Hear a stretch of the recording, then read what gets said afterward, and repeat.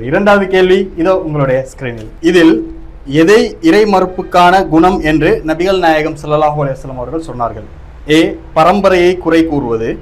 B, வீண் விரயம் செய்வது. டி, சி, நின்று கொண்டு தண்ணீர் குடிப்பது. டி, நின்று கொண்டு சிறுநீர் கழிப்பது. சரி, அஸ்மா பதில் அளித்திருக்கிறாங்க. லொக் பண்ணலாமா? கன்ஃபார்ம். சரி, அஸ்மா ஏ, பரம்பரையை குறை கூறுவது என்று சொல்லி லொக் செஞ்சிருக்கிறீங்க. இறை மறுப்புக்கான ஒரு குணம் அது எப்பவுமே நடுநிலை போக்க கடைபிடிக்க சொல்லியிருக்குது. எந்த ஒரு எக்ஸ்ட்ரீம்லேயும் போகாது. கம்பரேட் வில் ஆன்சர் ப்ளீஸ்.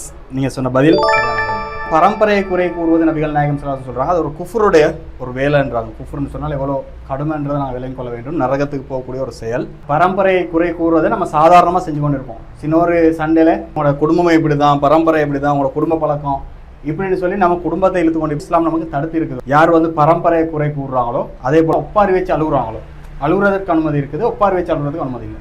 ரசூலுல்லாஹ் கடுமையாக சொல்கிறாங்க. அப்போ இதை நம்ம கொஞ்சம் பார்த்து நடந்து கொள்ள வேண்டும்.